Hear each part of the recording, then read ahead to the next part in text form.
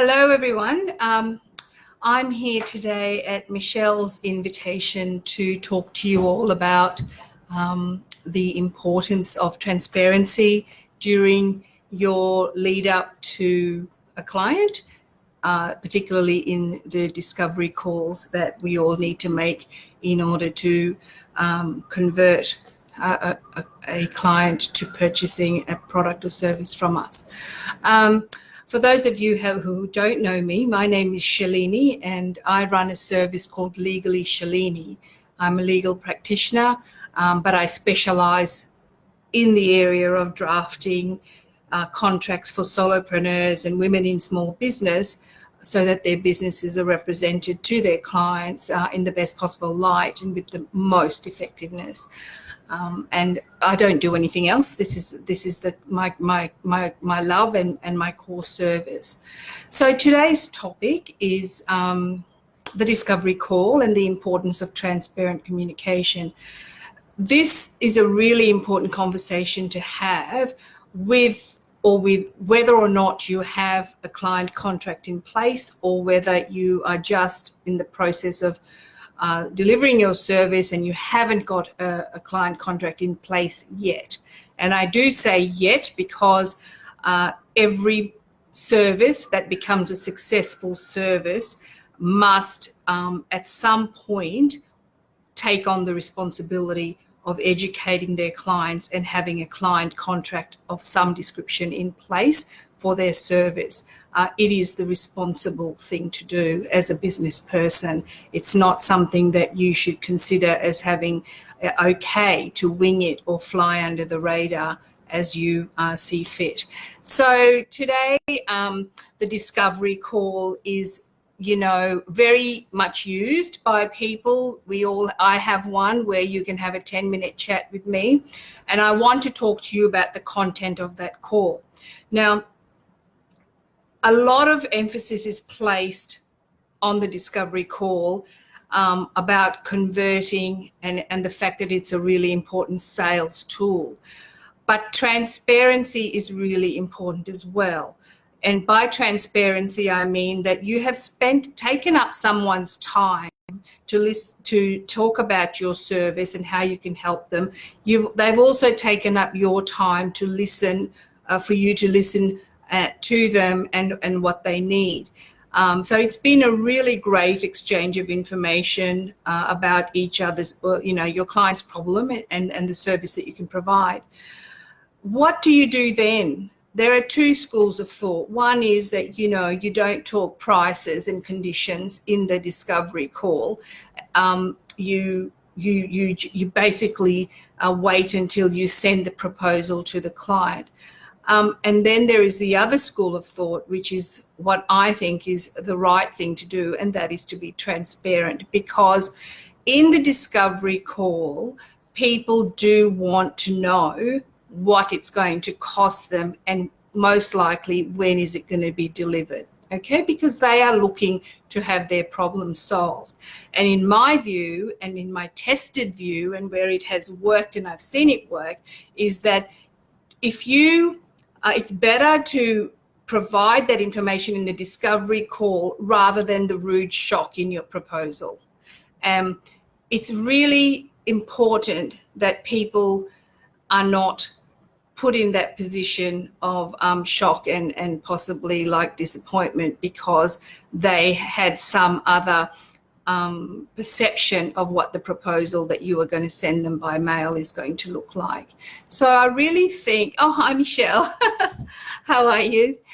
So I really think it's a really important conversation, the discovery call, because people want to know certain things about working with you. There is nothing worse than you having gone through your service and how you can help them and listen to their problem, and then to say, I'll send you a proposal, and then when they receive the proposal, they are really, what they thought would be in the proposal and what they receive is, completely different. And a person is not going to convert because you've shocked them. A person will convert because you have given them time to think and you've been completely transparent in your discussion with them about how the service will roll out. So transparency is really important too, because that's where your contract sits. You know, if you have a successful service, a responsible service, and a responsive service, you will have your client contract developed for your service. So whatever you say in your discovery call needs to be backed up in your contract, in your client contract that you send out with the proposal. So the ideal situation with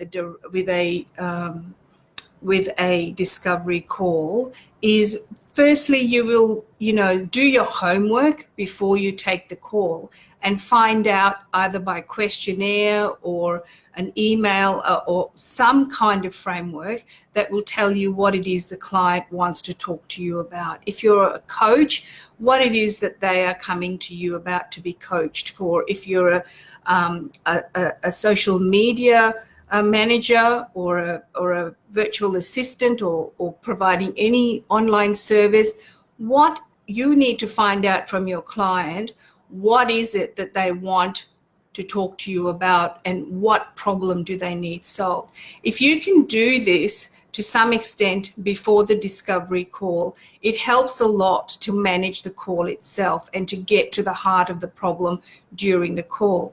And when you get to the heart of the problem during a discovery call, the likelihood of conversion is higher, because you're showing up as someone who has listened, who has gone to the trouble of finding out about what the client needs and then addressing that need in that short time that is valuable both to the client and to yourself. So once you show up for your discovery call, preferably on time and without too many cancellations if possible, then that is the time where you will listen to the client's problem, and you will then work out how it is you're going to help them and what services of yours that will apply to the problem that they need solving.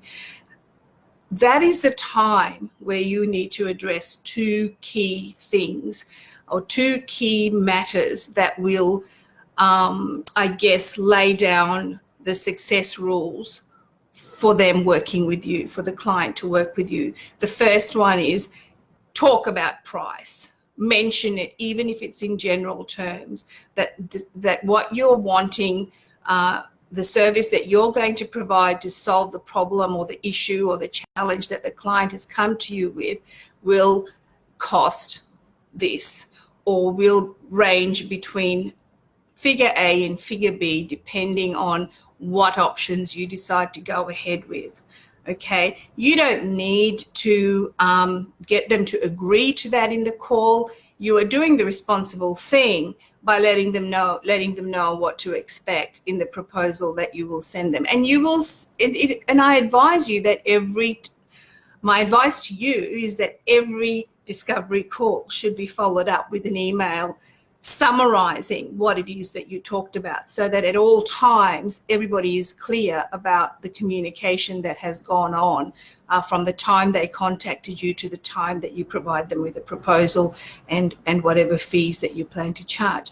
The second key thing that is really important is to discuss delivery time frames, okay? Because the biggest complaint that comes from clients who have felt that they haven't been properly managed by a service provider is around the fact that things have not, outcomes have not been delivered on time.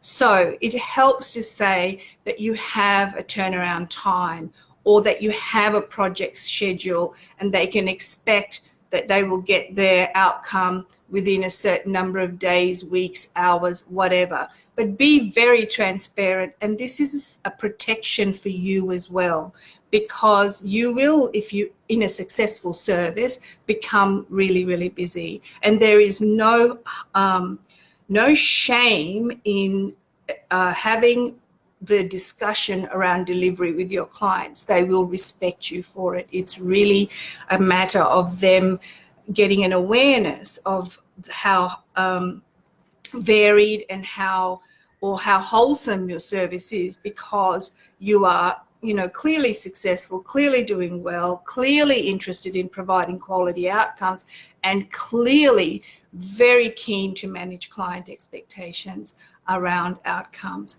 So transparency in your discovery call can make or break how successful your conversion rate is. At the very least, it's the right thing to do to let people know what something is going to cost and when they expect to deliver it. In your proposal, you can expand on that further. Asking someone to make a decision within a discovery call, I think, is not a good thing. It's not something that develops relationships. I think that that's something that is a little bit on the pushy side of marketing, and I personally always never respond well to when I'm asked to make a decision on a call. If you have special offers for them to proceed with your service, include them in your proposal and let them know that you will include them in the proposal. But certainly, the discovery call is not the place for the hard sell. It's a place to listen, it's a place to provide direction, and it's also the place to be transparent about your service. So I don't want to overwhelm with too much information or, around this. I want you to enjoy your discovery calls, and I want you to understand that it is a place to show yourself to be the responsible and transparent service provider that you are. And always make sure that you follow up with an email outlining what you have offered. This is something that I advise you to do regardless of whether or not you have a client contract in place. Having said that, though, your client contract is key. You must always make sure that the discussion that you have in your discovery call and the information that you offer to be transparent around pricing and delivery is something that is backed up and explained in your client agreement, along with, all the other things that need to go into a contract between you and the client. So that's all I have for today. I do hope you found it useful. If there is anything that you would like to know more about, you can find me online in this group or via my website, legalishalini.com.au. Thank you and have a beautiful day. Bye for now.